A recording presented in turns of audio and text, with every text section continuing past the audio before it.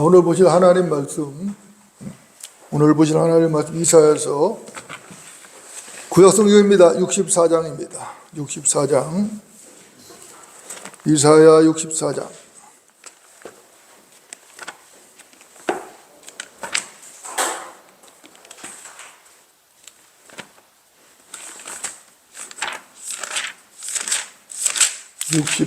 6절입니다. 이사야 64장 6절.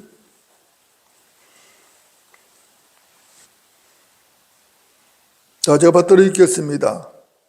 그러나 우리는 다 불결한 것 같고 우리의 모든 의인은 더러운 걸레 같으며 또 우리는 다 잎사귀처럼 시들며 우리의 죄악들은 바람처럼 우리를 옮겨갔나이다. 아멘. 오늘 말씀의 제목은 걸레신사, 걸레숙녀입니다. 걸레신사, 걸레숙녀. 여러분도 어떻습니까? 신사라는 말은 영어로 젠틀맨이죠? 여러분들 신사하면 어떤 이미지가 떠오르십니까?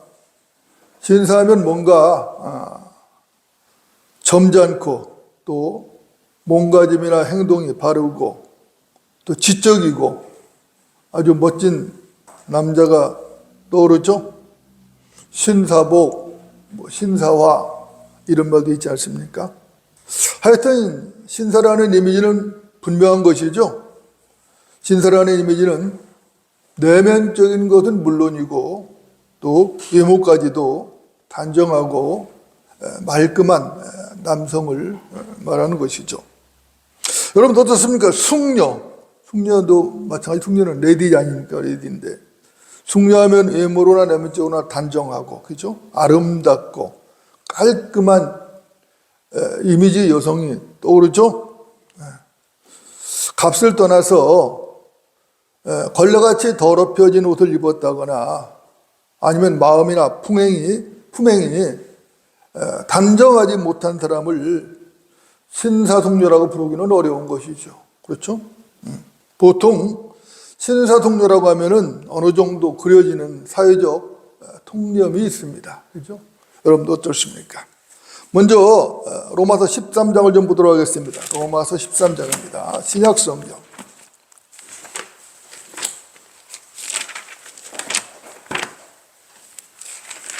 (13장) 12절부터 합니다. 12절부터 14절까지.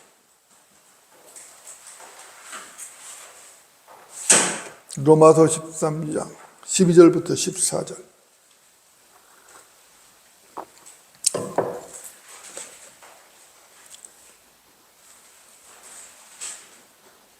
자, 제가 받들어 읽겠습니다. 밤이 많이 지났고 낮이 가까웠느니라. 그러므로 어둠의 행위를 벗어버리고 빛의 갑옷을 입자. 낮에와 같이 단정히 행하고 흥청거리거나 술 취하지 말며 음란하거나 방탕하지 말며 다투거나 시기하지 말고 오직 주 예수 그리스도로 옷 입고 정욕을 채우려고 육신을 위해 계획하지 말라. 이렇게 말씀하고 있습니다. 여러분 아멘이십니까? 자, 여러분도 어떻습니까? 바울은 지금 밤이 많이 지났다고 했죠. 낮이 가까웠다고 했습니다. 이것은 바울이 예수 그리스도의 재림을 내다보고 하는 말인 것이죠. 우리는 여기서 사도 바울이 교회 시대의 종말을 얼마나 절박하게 유념하고 있는가 하는 것을 엿볼 수가 있는 것이죠. 바울이 이 말씀을 기록한 때는 교회 시대가 막 시작되던 때였습니다. 그때가 AD 58년에서 60년경이거든요. 이때 로마서를 기록을 했습니다. 여러분들, 이것은 무엇을 의미하는 것인가? 그 당시는 교회 시대 초기니까 에베소 교회 시대입니다. 이것이 무엇을 의미하는가? 여러분 어떻습니까? 이 말은 그 당시 로마서를 기록할 당시가 AD 58년에서 60년경이었으니까 교리적으로 볼 때는 종말은 아닌 것이죠. 교회의 초기입니다. 그 당시에도 이런저런 그런 징조들이 교회 시대의 초임에도 불구하고 나타나고 있었다는 것입니다. 이런저런 종말적인 징조들이 나타나면서 바울은 그 종말에 대해서 아주 심각하게 생각하고 또 거기에 대해서 유념하면서 사역을 했던 것을 알 수가 있는 것입니다. 밤이 많이 지났다. 이 말은 밤의 제1경점, 2경점, 3경점, 4경점이 다 지나고 이제 아침 해가 떠오를 때가 다 되었다는 말인 것이죠. 이 말은 예수 그리스도께서 재림하실 때가 가까웠다. 이 말인 것입니다. 여러분도 어떻습니까? 12절을 보면은 흥청거리지 말라는 말이 나왔습니다. 그죠? 흥청거리지 말라. 이 흥청거리지 말라는 말은 영어 킹제임스에서는 라이어팅이라는 단어를 썼거든요. 이 라이어팅이라는 말에는 폭동을 일으키다, 소요를 일으키다 이런 뜻이 있습니다. 그럼 이것이 무엇을 의미하는 것인가? 이게 무엇을 의미할까요? 간단하죠. 이것은 그리스도인들이 폭동이나 소요나 어떠한 난동 이런 일에 가담하면 안 된다는 말인 것입니다. 당연하죠. 너무나 당연한 것입니다. 그리스도인이라는 사람들이 폭동에 대해서 소요를 일으키고 난동을 일으킬 수는 없는 것이죠. 그렇죠? 이것은 그리스도인들이 술에 취해서 비틀거리고 음란한 짓을 행하거나 방탕하고 다투고 시기하는 등등 더럽고 추잡한 그런 짓을 할 수 없는 것과 마찬가지인 것입니다. 어떻게 그리스도인이 술에 취해서 방탕하고 난잡하고 그런 더러운 짓을 할 수 있겠어요? 그거 할 수 없는 것입니다. 마찬가지로 그리스도인들은 어떠한 난동을 부리거나 폭동을 일으키거나 그래서는 안 된다는 것입니다. 여러분도 어떻습니까? 그리스도인들은 예수 그리스도로 옷 입은 사람들이죠? 여러분들 맞습니까? 네. 예수 그리스도로 옷 입은 사람이라면은 그리스도께서 입이 그 사람 안에 들어가 계신 게 분명한 것이죠. 그죠? 거듭나도 그 사람 몸 안에 누가 들어오시든 그리스도께서 들어오시기 분명한 거예요. 뿐만 아니라 그 사람도 그리스도의 몸 안으로 들어간 것이죠. 그래서 교회가 된 것입니다. 그런 사람이라고요. 죄인이 주 예수 그리스도를 믿고 거듭났다는 것은 거듭나는 그 순간 낡고 더러운 옷을 벗어버리고 예수 그리스도라고 하는 새 옷으로 갈아입은 것과 같다는 말인 것입니다. 따라서 12절에서 오직 주 예수 그리스도로 옷 입으라는 이 말씀은 서술적인 표현이에요. 이것은 교리적 표현이 아닙니다. 분명한 것이죠. 여러분도 어떻습니까? 이것을 교리적인 표현으로 오해를 하면 안 되는 것입니다. 에베소서 4장에도 이와 비슷한 맥락의 말씀이 나오거든요. 에베소서 4장 22절로 24절을 보면은 옛사람을 벗어버리고 새사람을 입으라 이렇게 말씀하거든요. 다시 강조합니다. 이런 서술적인 표현을 교리적인 표현으로 이해를 하면 안 돼요. 그래서 절대로 혼동하면 안 됩니다. 이것은 교리적인 표현이 아니라 무슨 표현이라고요? 서술적인 표현이다. 자, 이유가 뭐냐면은 우리 주님은 인격적으로 오신 하나님이십니다. 그 하나님을 무슨 진짜 물리적인 옷을 입듯이 입고 벗을 수 있는 게 아니에요. 그죠? 그러니까 이것은 서술적인 표현이 분명한 것이죠. 진리는 언제나 분명하고 명쾌한 것입니다. 죄인이 거듭나서 구원을 받는 그 순간 그 사람은 예수 그리스도라는 새 옷으로 갈아입는 것처럼 된다는 말인 것입니다. 그 옷은 하나님의 의죠. 여러분들, 하나님의 의가 뭐죠? 하나님의 의라는 것은 하나님의 의로우심이에요. 하나님의 의로우심입니다. 따라서 우리가 하나님의 의를 입었다는 것은 우리가 하나님의 의로우심을 입었다는 얘기예요. 그렇다면 하나님은 어떤 분이시죠? 거룩하신 분이죠. 그러면 거듭난 성도는 거룩하다는 말이거든요. 거룩한 것입니다. 물론 아직 우리가 육신을 입고 입어서 온전히 거룩하지 못해요. 우리가 영적으로는 거룩해졌지만은 아직 실제적으로는 온전히 거룩하지 못하고 여전히 죄를 짓고 죄에 연루되고 있습니다. 그러나 주께서 공중으로 다시 오셔서 우리를 데려가실 때, 다시 말해서 우리가 휴거될 때 변화되면은 완전히 거룩한 그런 몸이 되는 것입니다. 주님의 몸과 똑같이 되는 것이에요. 여러분도 어떻습니까? 거듭난 사람은 이미 예수 그리스도로 옷을 입었죠? 그런데 거듭난 그들인데 그 예수 그리스도로 다시 옷을 입으라고 왜 말씀하고 있거든요? 왜 그랬을까요? 이미 에베소 교회 성도들은 거듭난 사람들이에요. 그렇죠? 거듭난 사람들이고 또 마찬가지죠. 로마에도 사도 바울의 서신서를 받은 사람들, 그들 중에는 거듭난 그리스도인들이 있단 말입니다. 그런데 그들에게 그리스도로 옷을 입으라고 말을 하거든요. 이 말은 무슨 말이야? 이 말은 하나님의 전신갑옷을 입으라는 말이에요. 자, 하나님의 전신갑옷을 입어라. 이 말이 무슨 말이죠? 간단한 것입니다. 하나님의 전신갑옷을 입었다는 것은 그 사실을 내가 예수를 믿어서 그리스도로 옷 입었다는 사실을 확실하게 알고 처신하라는 것이에요. 여러분도 어떻습니까? 하나님께서는 우리에게 그분의 의를 주시기 위하여 죄를 알지도 못하는 그분의 아들, 그죠? 독생자 예수 그리스도를 죄로 삼으셨습니다. 그죠? 이 세상 모든 죄인들을 위하여 하나님의 아들 독생자를 죄로 삼으셨단 말입니다. 여러분들, 이것은 놀라우신 은혜죠. 그 독생자 예수 그리스도는 하나님께서 경건의 신비로 인간의 몸을 입고 오신 하나님이십니다. 그 하나님을 죄로 삼으신 거예요. 놀라운 은혜입니다. 로마서 3장 21절 22절은 말씀하죠. 그러나 이제는 율법 없이 하나님의 의가 나타났으니 율법과 선지자들을 통해 증거된 것이니라. 곧 하나님의 의는 예수 그리스도를 믿음으로 인한 것으로 모든 자와 믿는 모든 자에게 자에게 미친 안에 차별이 없느니라. 이렇게 말씀합니다. 자, 여러분도 어떻습니까? 하나님의 아들 예수 그리스도는 율법과 선지자들을 통해 이미 증거된 하나님의 의가 분명한 것이에요. 율법과 선지자를 통해서 이미 하나님의 의가 선포됐고 그 의로 예수 그리스도가 오신 것이에요. 그 예수 그리스도를 우리에게 덧입혀 주신 것입니다. 그분의 의를 입혀 주신 것이에요. 여러분들 맞습니까? 성경은 이 점을 분명하게 말씀을 하고 있는 것입니다. 우리는 하나님의 의로 나타나신 예수 그리스도를 구주로 믿었습니다. 그리고 차별 없는 의를 입었어요.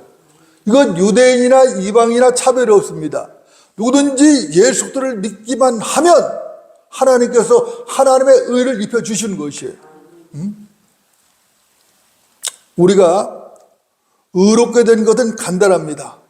우리 각인이 하나님 앞에서 우리 자신은 지옥에 갈 수밖에 없는 죄인이라는 사실을 시인하고 예수 그리스도 그분을 개인의 구주로 믿었을 뿐이에요.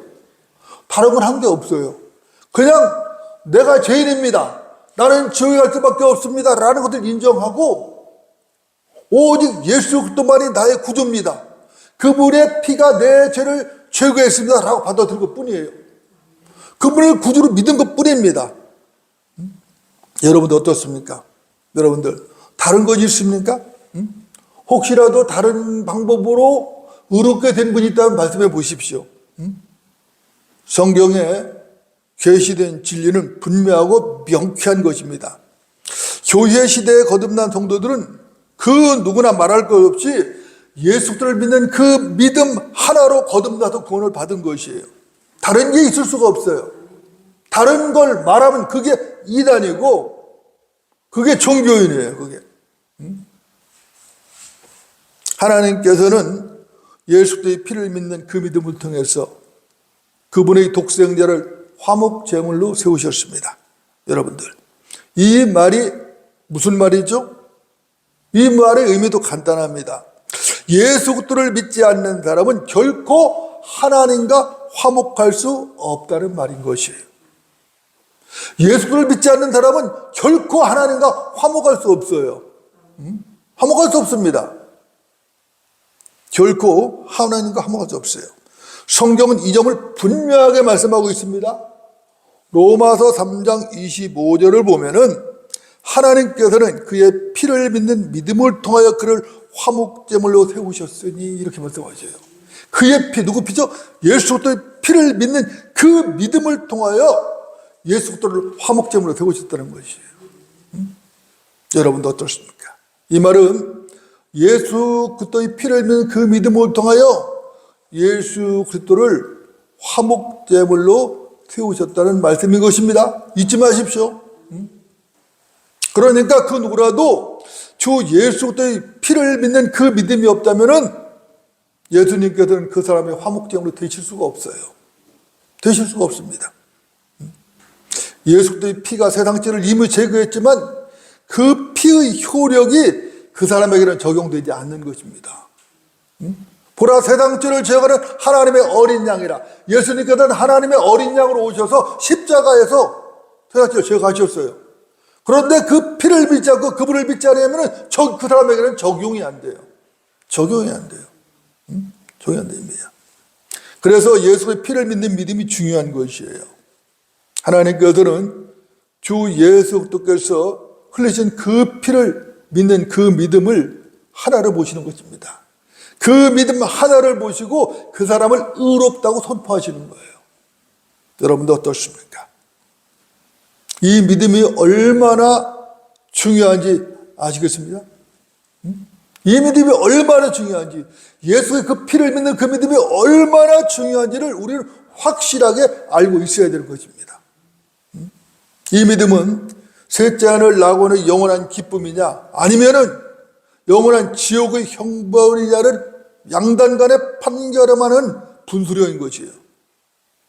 믿음이 없이는 하나님을 기쁘시게 할 수 없습니다.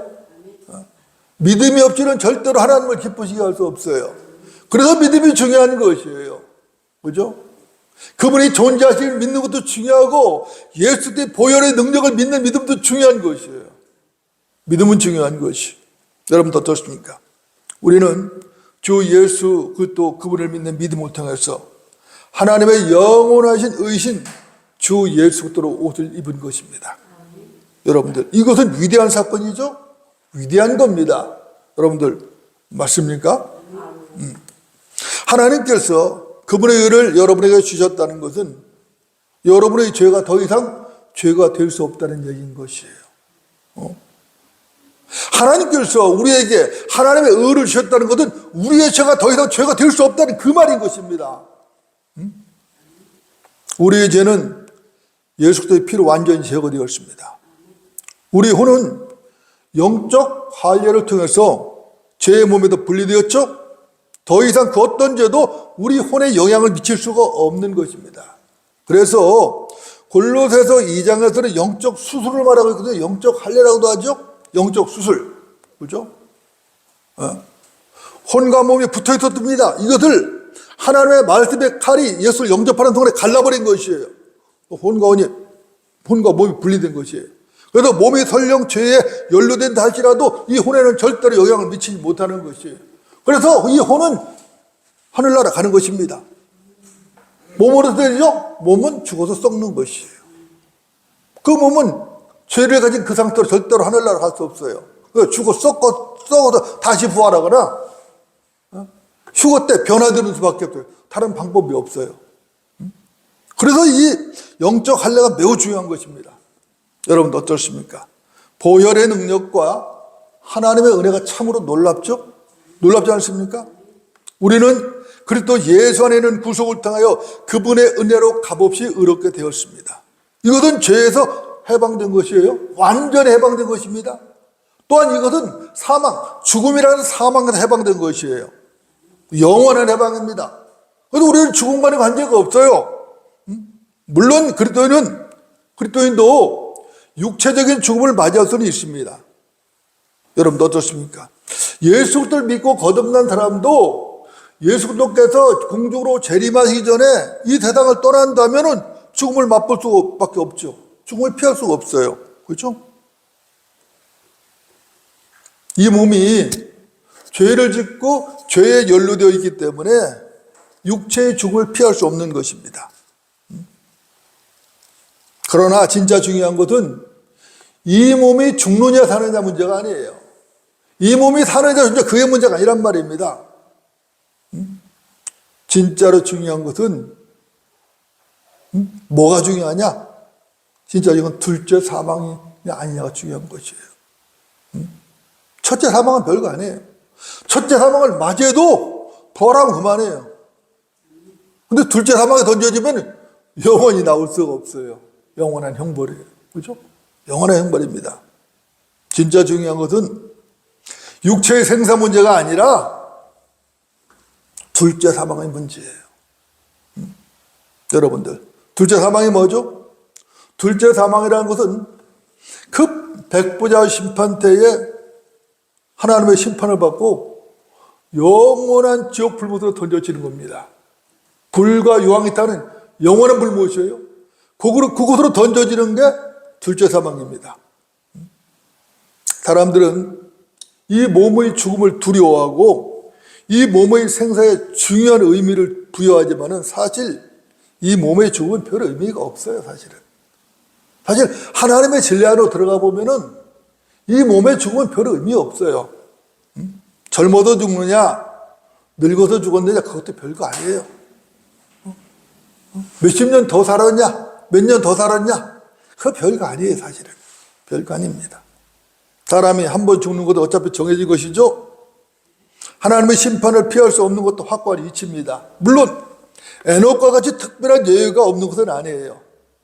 사람이 한 번 죽는 것은 정해진 것이지만은 그것도 하나님의 말씀이고 일반적인 진리입니다. 하지만 에녹과 같이 죽음을 맛보지 않고 들림받는 경우도 있긴 있어요. 그죠?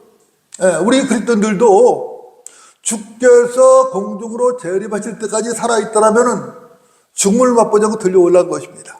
그죠? 하지만 사실은 육체의 죽음이라는 것은 그렇게 중요한 게 아니에요. 여러분들, 죄의 삭은 사망이죠? 죄의 몸은 죽음을 피할 수 없습니다. 문제는 이 몸의 죽음이 아니라 둘째 사망이에요. 제가 계속 강조합니다. 계속 둘째 사망이 지금 문제인 것이에요.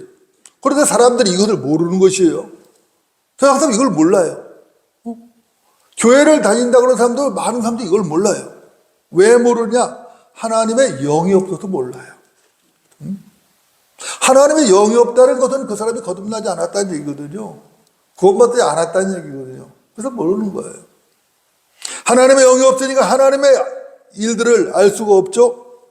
그러니까 어떻게 되죠? 계속해서 육신의 일들만 붙들고 늘어지는 것이에요. 하나님의 영의 일을 알면은 하나님의 영의 일에 관심을 가질 텐데 이걸 모르니까 육신의 일들만 계속 육신의 눈에는 보이니까 붙들고 늘어지는 것입니다. 2022년 9월 8일 엘리자베스 2세 영국 여왕이 사망을 했어요. 그녀는 96세로 70년 214일을 재위한 그런 군주였다고 합니다. 영국 역사상 가장 오랜 기간을 재위한 왕이었다는 것이죠. 또 세계 역사를 봐도 세계 역사에서 가장 장기간 재위한 여왕이라는 것입니다. 그녀의 장례는 웨스트민스터 사원에서 국장으로 치러졌는데 그때 75만 명이 조문을 할 거라는 매스컴 보도가 있었습니다. 그 여왕의 죽음에 애도하고 조문하는데 12시간씩 줄을 서서 기다려야 할 수도 있다고 그랬습니다. 여러분들, 이 정도면은 세계적 이목을 집중시키는 장례식이 분명한 것이죠. 그죠? 우리가 코로나 때 코로나 검사를 하라고 키트가 없어가지고 막 줄을 서서 했던 때가 있었죠? 그때도 몇 시간씩 줄을 서서 힘들었는데 조문을 한번 하는데 12시간씩 줄을 서야 한다면은 그 장례식 정말 세계적인 장례식이 분명하죠. 진귀한 풍경이죠. 그죠? 그런데 그때 제가 참으로 궁금했던 것은 과연 엘리자베스 2세 여왕이라는 이 사람이 죄의 용서를 받고 구원을 받았을까 하는 문제예요. 구원을 받았을까 정말.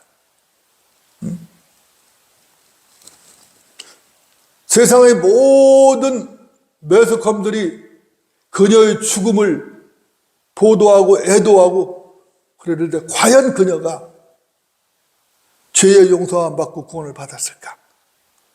이게 저는 관심이었어요. 구원을 받았다면 그녀의 혼은 셋째로 갔겠죠. 그죠? 구원을 받지 못했다면 어디로 가죠? 불타는 지옥에서 떨어졌죠. 지옥으로. 그래서 거기서 비명을 지르며 있을 게 분명한 것이죠. 중요한 것은 그녀의 몸이 아니라 그녀의 혼인 것입니다. 마태복음 16장 26절에서 주님은 말씀하셨어요. 사람이 온 세상을 놓고도 자신의 혼을 잃는다면 무슨 유익이 있겠느냐? 또 사람이 자기 혼을 무엇과 바꾸겠느냐? 사람이 온 세상을 다 얻었어요. 천하를 얻었어요. 그런데 혼을 잃었어요. 무슨 유익이 있겠느냐는 거예요. 사람이 자기 혼을 무엇과 바꾸겠냐는 거예요. 유익이 없죠. 바꿀 게 뭐가 바꿀 수가 있어? 없죠. 그렇죠? 그래서 이 세상 온갖 호사를 누리고 온갖 찬탄을 다 받았어도 혼이 구원을 받지 못해 지옥으로 떨어지면은 끝장난 겁니다. 끝장난 거예요.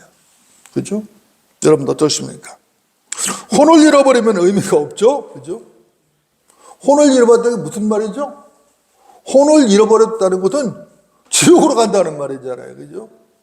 사람이 온 세상을 다 얻었다고 해도 자기 혼을 잃어버려서 지옥으로 떨어져 버리면 그게 무슨 가치가 있겠어요? 참혹한 지옥의 불못으로 떨어지는데 이 세상을 다 얻었다고 다 권력 무슨 재물을 다 얻었다 해도 무슨 의미가 있냐고요. 아무 의미도 없는 것입니다. 여러분 어떻습니까? 거기에서 의미를 찾는다면 그 사람은 영적 소경이죠. 영적 귀머거린 것입니다. 성경을 모르거나 성경을 믿지 않는다면 정말로 무지해지는 것이에요. 대학을 나오지 않아서 무지한 게 아니에요. 대학을 나오지 못하고 석박사학이 없어서 무지한 게 아니라고. 진짜 무지한 것은 하나님 말씀을 믿지 않아서 무지한 거예요.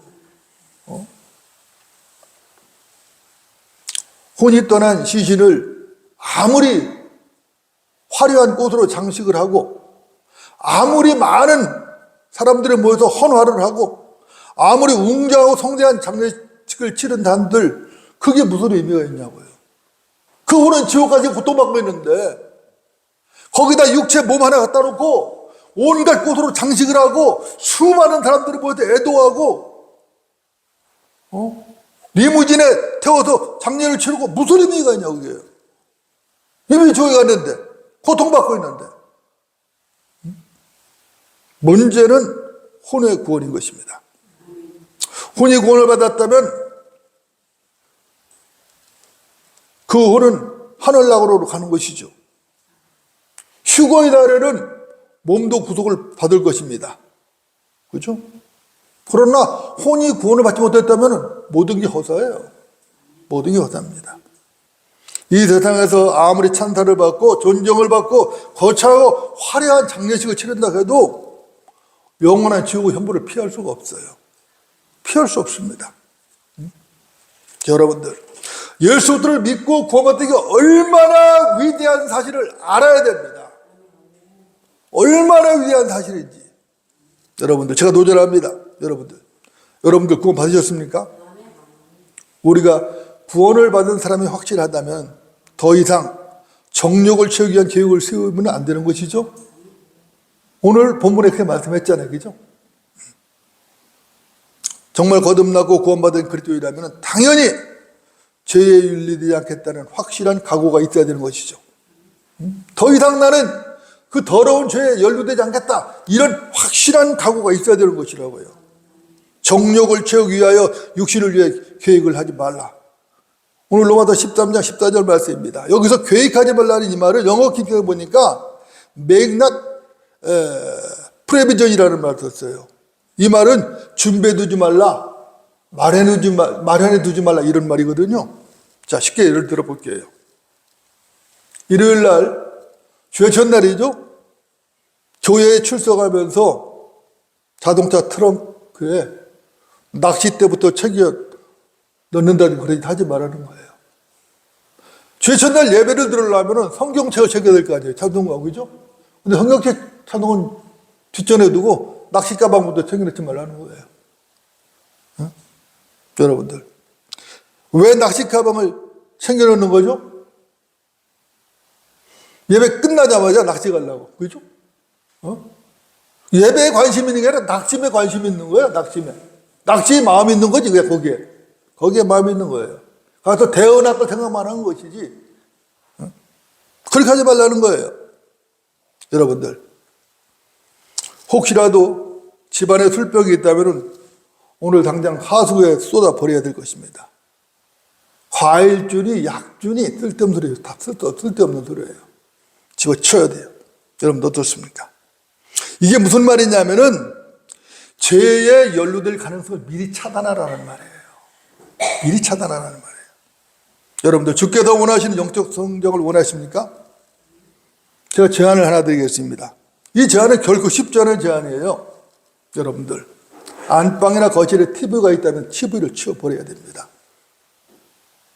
TV에 매여있는 한 영적 성장은 불가능해요. TV 프로도 다 보고 드라마 다 보고 스포츠 다 보고 뭐 이것저것 다 뭐라 프로 다 보고 영적 성장 할 수 있다고요? 영적 성장 하겠다고요? 꿈 깨야 돼요. 불가능해요. 집어쳐야 됩니다. TV뿐만이 아니죠. 그것이 뭐든지 간에 하나님보다 더 가까이 하는 게 있다면 그것은 우상인 것이에요. 그것이 가로막고 있는 것이에요. 하나님과 나 사이를 가로막고 있는 것이라고 집어쳐야 돼요. 쳐야 돼요. 자, 이제 오늘 보면 이사야서 64장을 보고 정리를 하겠습니다. 이사야서 64장으로 돌아갑니다.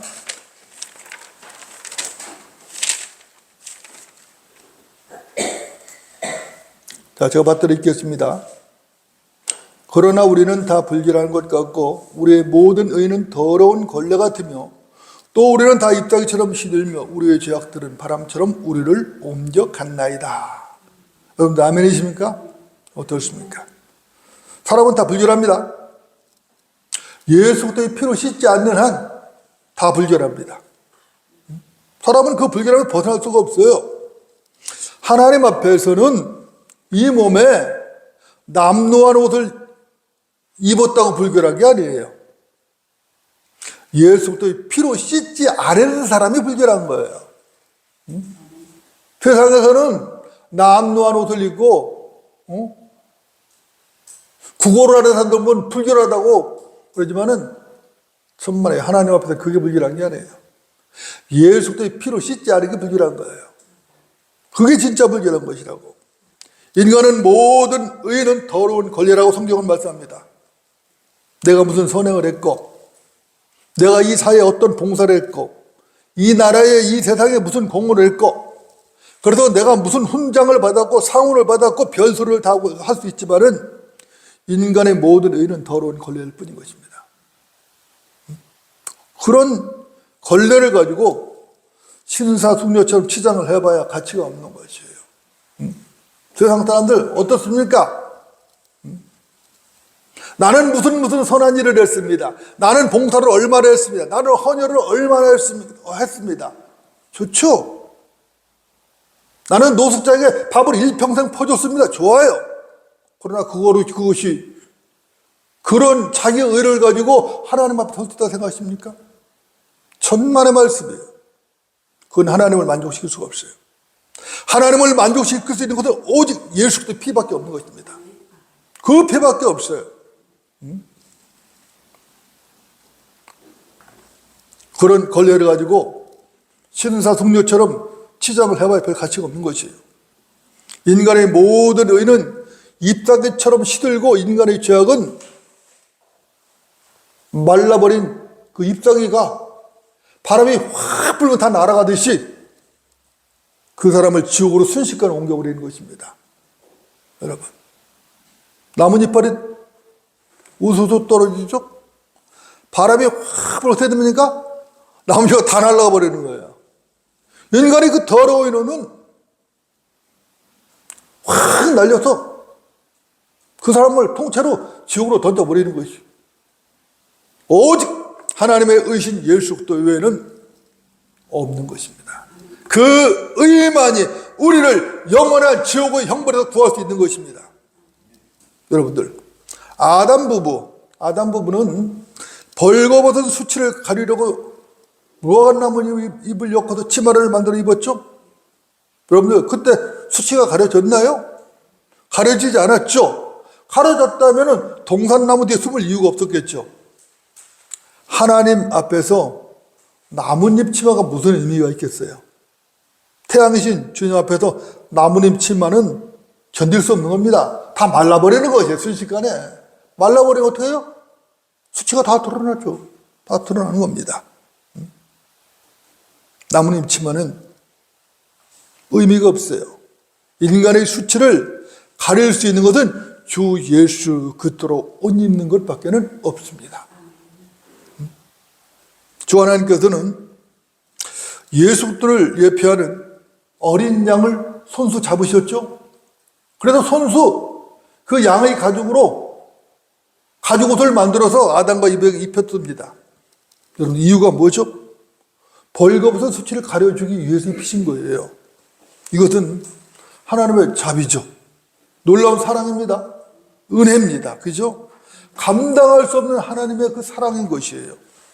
진리는 불명하고도 명쾌한 것입니다. 하나님의 어린 양이 흘리신 그 보혈을 빼놓고는 구원을 말을 할 수가 없어요. 구원을 말할 수 없어요. 무슨 십계명이 어떻고 황금률이 어떻고 떠들어대는 사람들은 성경을 너무나도 모르는 사람들이에요. 너무나도 모르는 사람. 그래가지고 구원받을 수 없어요. 할 수 없어요. 예수 그리스도를 믿지 않고는 하나님의 의는 있을 수 없는 것입니다. 이것이 성경의 말씀으로 명백한 진리인 것입니다. 시편 51편 5절을 말씀합니다. 보소서, 내가 죄악 중에서 조성되었고 죄 중에서 내 어머니가 나를 배웠나이다. 아담 안에서 이 땅에 태어난 이상 모든 인간은 절대로 죄에서 자유로울 수 없어요. 그렇죠? 로마서 5장 12절은 이 점을 분명하게 지적하고 있습니다.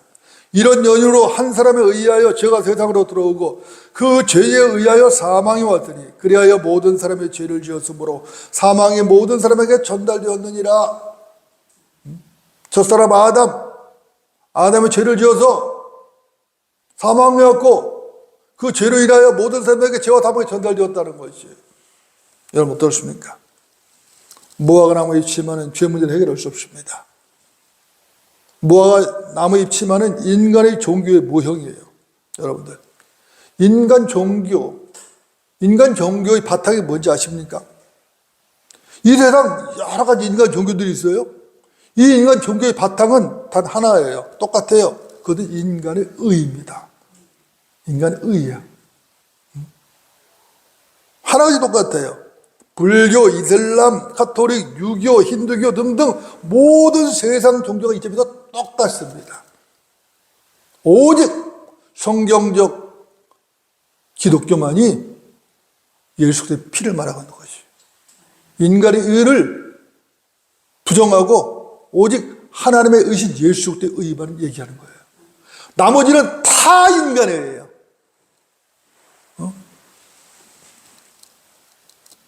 인간의 의로는 절대로 거룩하게 될 수 없습니다.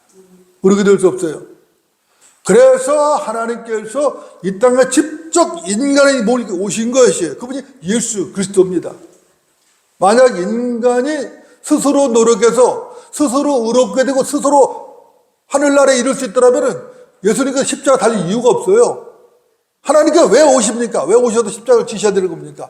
왜 그 손을 온갖 수모를 당하시고 피 흘려 죽으셔야 되는 것입니까? 그럴 이유가 없어요. 인간이 도저히 이룰 수 없기 때문에 하나님께서 직접 하신 것이에요. 이걸 믿고 받아들여야죠. 뭘 믿겠어요? 그러니까 사람들이 얼마나 어리석은지 몰라요. 장삼을 입고 가사를 거친 승려들이나 로만 칼라를 입고 검은 제의를 입은 카톨릭 사제들이나 수녀나 수사들도 다 마찬가지예요. 그들은 다 자기 의를 붙잡고 자기 의를 의존하는 사람들이에요. 그래서 자기가 뭔가를 해보려고 하는 거예요. 자기가 뭔가를 착한 일하고 선한 일하고 의롭게 살아서 무슨 계명을 지켜서 구원을 받아보려고 애를 쓰는 거예요. 불가합니다. 지금은 율법 시대가 아니에요. 지금 교회 시대예요. 이 시대를 은혜의 복을 믿어야 되는 거지. 기독교 종교들도 마찬가지죠. 자기 선행이나 공로를 붙잡은 자들은 다 마찬가지 것입니다. 기독교 종교들 역시 의를 붙잡은 자들이에요. 오늘 11시에 각 교회들에서 예배를 드릴 것이에요. 교회라고. 거기에 수많은 사람이 자기의 의를 붙잡고 있다고. 하나님의 의를 붙잡는 게 아니라 자기 의를 붙잡고 있다고. 목사라는 사람들도 수많은 사람들이 계속해서 율법을 지켜야 된다, 십계명을 지켜야 된다, 주일을 지켜야 된다, 안식일을 주일 성수해야 된다 떠들어대고 있는 거예요. 이게 다 소경들이에요. 성경을 전혀 이해를 못하는 거예요. 왜 그래 그랬죠? 성경을 올바로 나누어 볼 줄 몰라서 그래요. 하나님께서는 내가 진리의 말씀을 올바로 나누고 자신이 하나님 앞에 부끄럽지 않은 일꾼 인정부터 공부하라고 말씀하셨는데 그 구절을 삭삭 해버리고 변제해버리고 그러니까 눈을 뜰 수가 없어요. 뜰 수가 없어요. 다 소경들이 돼 있어요. 어디로 가는지를 몰라요. 그냥.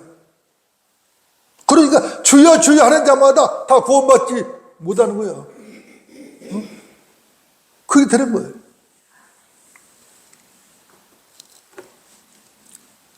우리는 이것을 잘 분별해야 됩니다. 무엇이 복음이고 무엇이 진리인지를 잘 구분할 줄 알아야 돼요. 하나님의 영이라서 이걸 구분할 수 있어야 구분이 되는 것입니다. 여러분 어떻습니까? 그런 자들은 걸레 신사, 걸레 숙녀들이죠? 그럴듯하죠. 그럴듯하게 치장을 했어요. 하지만 그것은 더러운 걸레예요. 속은 시체가 썩은 냄새가 나는 아주 냄새가 진동한 회칠한 무덤입니다. 바리새인들 얼마나 율법적이었어요.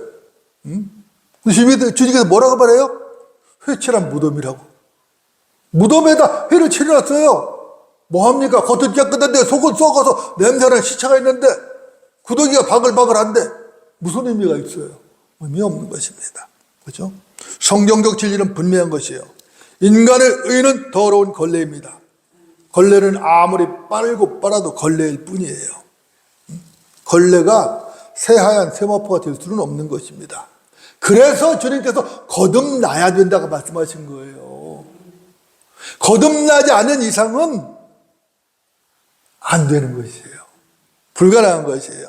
주님 말씀하셨죠? 내가 너희는 거듭나야만 한다고 말하는 것을 이상히 여기지 말라. 연봉 3장 7절이잖아요. 이상히 여기지 말라. 근데 니고데모는 이상하게 여겼죠? 지금도 수많은 사람이 이상하게 여기고 있어요. 이상하게 여겼다. 어리석죠? 여러분들 제가 도전합니다. 여러분은 하나님의 의를 입으셨습니까? 여러분은 주 예수들 옷을 입으셨습니까? 우리 교회는 단 한 사람도 걸레 신사, 걸레 숙녀가 있어서는 안 됩니다. 그런 사람이 있어서는 안 돼요. 모두가 하나님의 의를 입은 그리스도인이어야 합니다. 우리는 예수를 믿는 그 믿음으로 거듭났고 하나님의 의를 입은 성도들입니다. 하나님의 의를 자랑하며 주님을 높이고 찬양해야 할 것입니다. 세상에 나가서 하나님의 의를 전해야 될 것입니다. 예수 그리스도 그분을 증거해야 될 것입니다. 이것이 우리의 사명인 것입니다. 기도하시겠습니다.